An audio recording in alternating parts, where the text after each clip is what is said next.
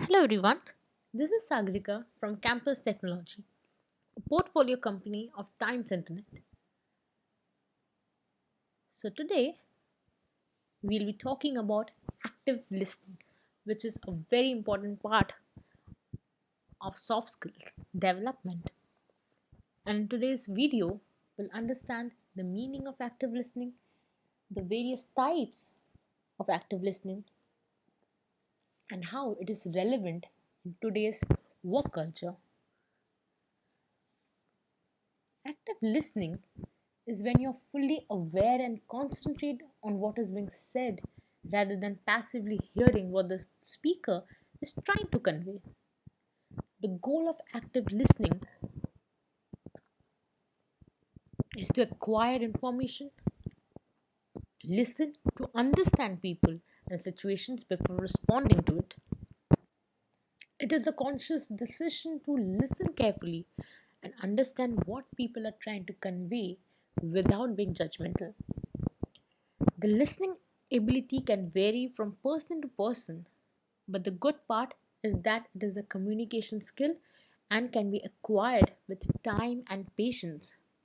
It is about focus and understanding and looking at things from a different perspective for the greater good.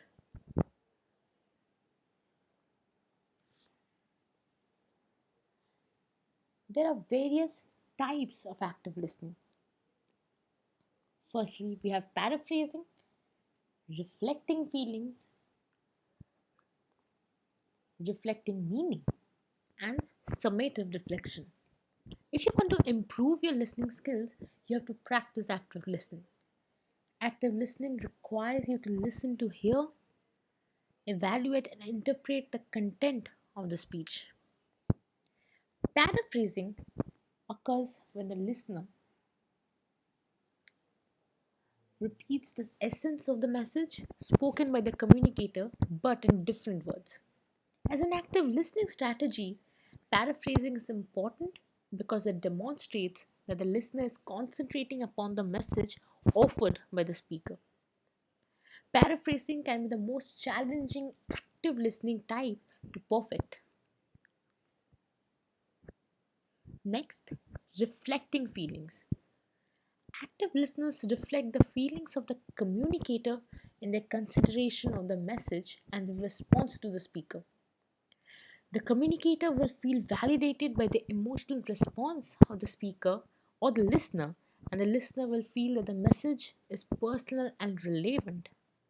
At times, reflecting feelings can obfuscate the communication process by interjecting emotion into a rational discussion. Next, reflecting meaning. Like the reflection of emotions, reflecting meaning establishes a rapport between the speaker and the listener. However, reflecting meaning is distinguished from reflecting emotions through its concentration upon the factual message of the speaker. Reflecting meaning allows the listener to conform the understanding with the speaker. You can practice reflecting meaning by using the general phrase, when this occurs, you feel this way and want to do this. Lastly, summative reflection, which involves the confirmation of the message content. It combines the elements of paraphrasing, reflecting meaning, and reflecting emotion to illustrate the speaker's considered evaluation of the speaker's message. Unlike paraphrasing, summative reflection requires the listener to incorporate personal views in the description of the speaker's message. Summative reflection can be the most difficult type of active learning to exercise, but accurate summative reflection can promote efficiency in the communication process and strengthen interpersonal ties. Some of the common used active listening techniques is being attentive to the non-verbal cues and which can reveal a lot about a person and what they're trying to say. If they talk fast, for instance, this could be a sign that they're nervous or anxious. If they talk slowly, they may be tired or trying to carefully choose their words. During active listening, your non-verbal behaviors are just as important. To show the person you are truly tuned in, use open, non threatening body language. Next, being fully present, which means being fully present in the conversation. This enables you to concentrate on what is being said. Being present involves listening with all your senses, sight, sound, etc., and giving your complete attention to the speaker. Thirdly, maintaining eye contact. When engaged in active listening, making eye contact is especially important. This tells the other person that you are present and listening to what they are saying. It also shows that you aren't distracted by anything else around you. Fourthly, asking open ended questions. Asking yes or no questions often produce dead end answers. This isn't helpful during active listening as it keeps the conversation from flowing. It also makes it difficult to truly listen to the other person because there isn't much you can gain from a short, non descriptive response. Instead, ask open ended questions to show that you are interested in the conversation and what the speaker is telling. Next, reflect what you hear. After the person has spoken, tell them what you heard. This active listening technique ensures that you have captured their thoughts, ideas, and emotions accurately. It also helps the other person feel validated and understood while keeping any potential miscommunications at bay. Then, be patient. Patience is an important active listening technique because it allows the other person to speak without interruption.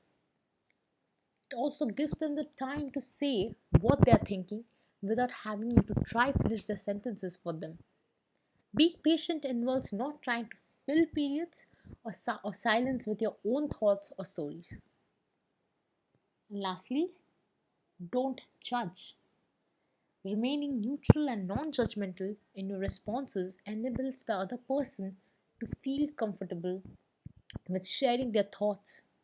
It makes the conversation a safe zone where they can trust and they won't be shamed, criticized, blamed, or otherwise negatively received.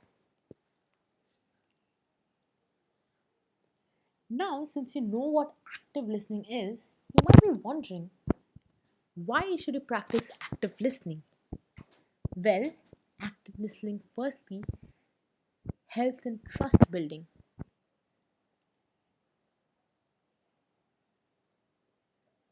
You and your employees or colleagues are happy when you meet each other's respective goals. Active listening enhances productivity level. When a higher management does not hear the employees' views and ideas, it fuels employees' resentment and lowers productivity. But proper feedback and actively considering the employees' views and ideas are vital for boosting productivity concerns. Next, resolves conflict. Active listening and understanding each other is extremely important for resolving conflicts which may arise at your workplace. Actively listening to each other, taking part in conversations, making eye contact, and maintaining a positive body attitude also helps in maintaining strong work relationship. Next, we have self-empowerment. Self-empowerment helps you build your confidence and let get go out of your agendas. When you practice active listening and understand what is beneficial for you in the workplace, you expand your perspective in that direction and empower yourself. You become more aware of your work environment and you communicate with your peers and members of the organization with much ease and confidence. And lastly, acceptance. Every company has its own company culture and each member adds value to it. The root of this culture starts with acceptance. Yes, acceptance of its values and visions by its members. For an organization to succeed, both its employers and employees must be aligned with the common goal. Therefore, they need to accept each other for their respective paths and actively listen to each other while carrying out their work duties. What are some of the common tips that you can use to improve your active listening skills? Firstly, visualize what the speaker is saying. Try to conjure up mental images of what the speaker is talking about while you are listening to help retain that information. This may be a literal picture or other concepts that relates to the topic.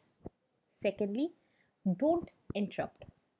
Everyone speaks and processes information at different rates. If someone is delivering their message slowly, try to cultivate patience and wait for them to finish before trying to rush in. Interrupting sends the wrong message to the speaker, and it may suggest that what you have to say is more important and you don't care of what the speaker is saying. Thirdly, pause for questions. You may not understand everything someone says to you. It is best to wait until they pause to ask them to back up and provide clarification for the topic or phrase you probably misunderstood. Fourthly, ask clarifying questions. Asking clarifying questions helps to keep the conversation on topic. You only want to ask questions that pertain to your understanding rather than ask a question about something that is not related to the main idea that the speaker is trying to get along. When you ask clarifying questions without interrupting, it shows that you are listening, paying attention, and willing to discuss things. Fifth, empathize. Empathy is essential for active listening. You should mirror the emotions the speaker has. For instance, if their face conveys sadness or joy, then your facial expressions and words should also convey similar emotions. Empathizing with the speaker takes concentration and expands energy, but it also allows you for open communication and establish good relationships. Next, provide feedback. Feedback can be verbal and non-verbal. You can use the verbal feedback by saying things like, I understand that must be difficult, or thank you for telling me this, etc. You can use non-verbal cues such as nodding your head and using appropriate facial expressions. Lastly, practice listening. You can practice listening by being aware of what you do when someone is talking to you. Do this by writing down what you heard, understood, and acknowledged after an in person interaction with someone, or listen to audiobooks or podcasts without any text in front of you. Try listening to no more than 4-minute clips and replay them to see how much information you can retain. This will help you to become more aware of your role as a receiver of information, and it can enhance your overall communication skills.